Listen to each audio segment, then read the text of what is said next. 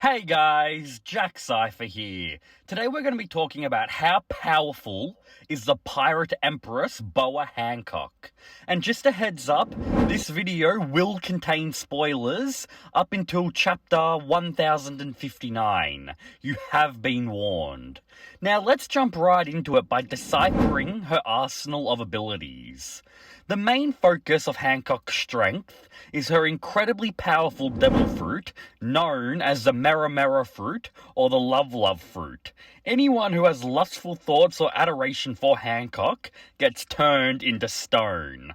Now, the mechanics behind how this fruit works is questionable, because she was able to use it on non-living pacifista, so either Hancock is so freaking hot that she can attract machines and turn them into stone, or perhaps her power works in the sense that if she actually makes physical contact with you, it doesn't matter how you regard her, her power will work on you all the same. Because only being able to use this power on people that lust after you, when you really think about it, is an incredible downside to this fruit. Unless it makes you instantly attractive when you eat it, which I don't think it does, considering that Hancock as an adult doesn't look much different than Hancock as a child. Her features don't seem to radically change. You can definitely tell they're the same person. I'm not gonna lie, this fruit would be really useless if all of its abilities required you to be attractive. If you had to be, then pretty much anyone other than Hancock would be completely incompetent at wielding this power, which doesn't make much sense to me. We see fruits like the op fruit, where if you don't have prior medical or surgical skills, the fruit is rather limited, but even then, it said you can still use the fruit, you just can't unlock its more powerful technique. The way that devil fruits are structured in One Piece, I just don't think there would be a fruit like the Mero fruit where you can't wield it at all unless you meet a certain criteria. So I do think when she turns people into stone by kicking them, that the victim doesn't need to be feeling any type of attraction to her. Now, the love beam is definitely a technique that requires you to have those feelings towards Hancock. She uses this technique by placing her hands in a heart shape and shoots out a beam of pink light in the shape of a love heart towards her opponent. Now, we've only seen this technique a few times. The first time she uses it is when she turns an entire ship full of marines into stone. Interesting enough, the Vice Admiral accompanying these marines, Vice Admiral Mamamonga, quickly chooses to inflict pain on himself to get rid of all the lustful thoughts that he was having about her, which to me implies that he couldn't have dodged the attack.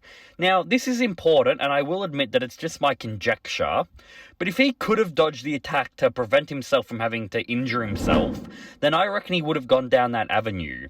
But he chose to damage himself in order to escape, meaning, simply on the surface at least, this attack should potentially have some really crazy speeds.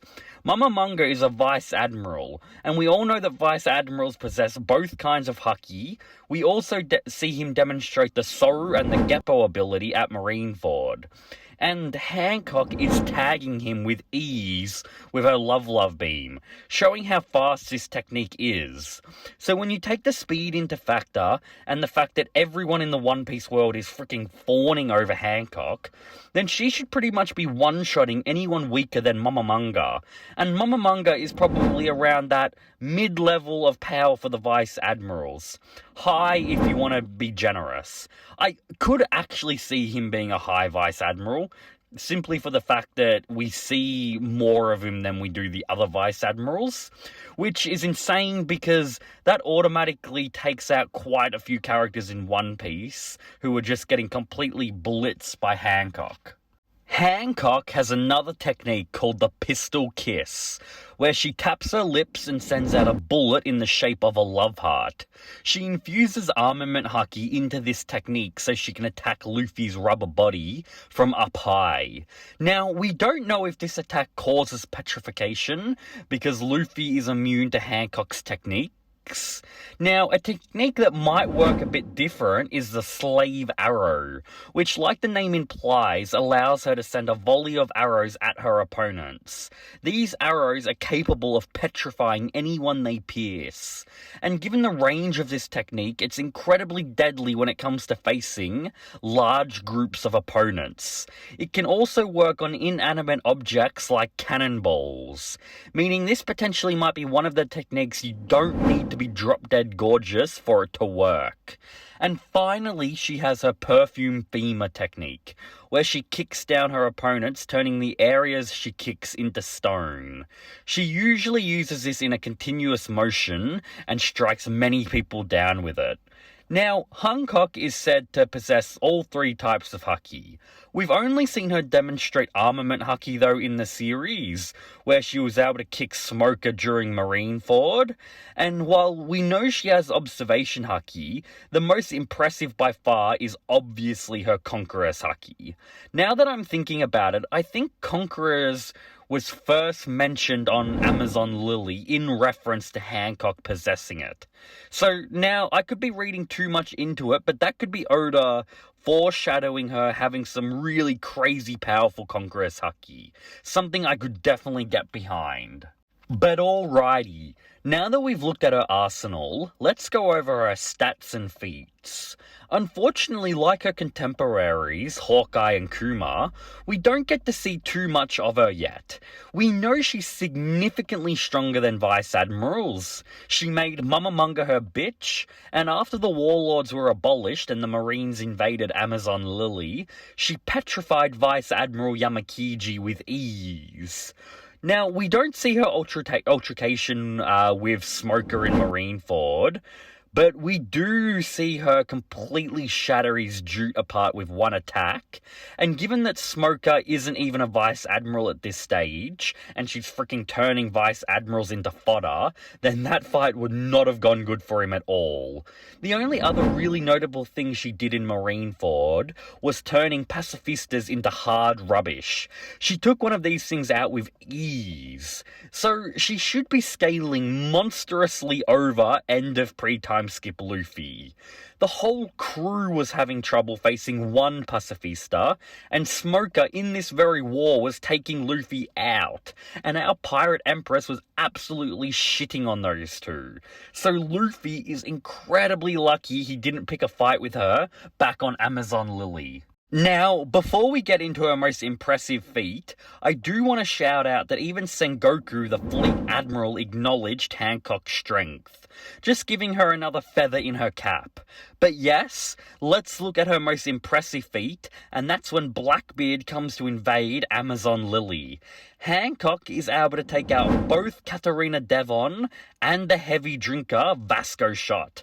Now this is a great achievement. These guys were level 6 prisoners before the time skip, and since then they only would have grown more powerful, and Hancock took them out like nothing. There was nothing that they could do. Her beauty alone already had them paralyzed, and her arrows did all the rest. Now, after she took them out, she did get captured by Blackbeard fairly easily. However, that really isn't a knock against her. Other than Hawkeye, I don't really think any of the Warlords could contend with a Yonko. And Blackbeard especially is tough to deal with because of all of his hacks abilities. Now, Blackbeard himself does talk about how much he wants Hancock's Devil Fruit, which should be another insight into how powerful she could potentially be. Now, I have a theory for you all. We see just after the time skip that Sanji, in a gag way, gets turned to stone even after seeing a glimpse of Hancock. Now, what happens if this wasn't completely a gag, if Oda's trying to mess with us a little bit here? We know Hancock often gets compared to Medusa, so what if Hancock's awakening was some sort of power where you can't look at her without turning into stone. Now that would be such a badass and overpowered ability. It could explain potentially why Blackbeard wants the devil fruit. And I'm all for Hancock having an incredible power like that. If you didn't know, Hancock is my favourite female character in all of One Piece. And potentially one of my favourite female characters in all of anime. Now, I'm not one to throw around the word waifu lightly, but Hancock is definitely waifu material. So, if you guys agree with that statement and have enjoyed today's video, then don't forget to like and subscribe, and don't forget to comment down below what you guys think of Boa Hancock. But for right now, that concludes today's video. I've been Jack Cypher. Cypher out.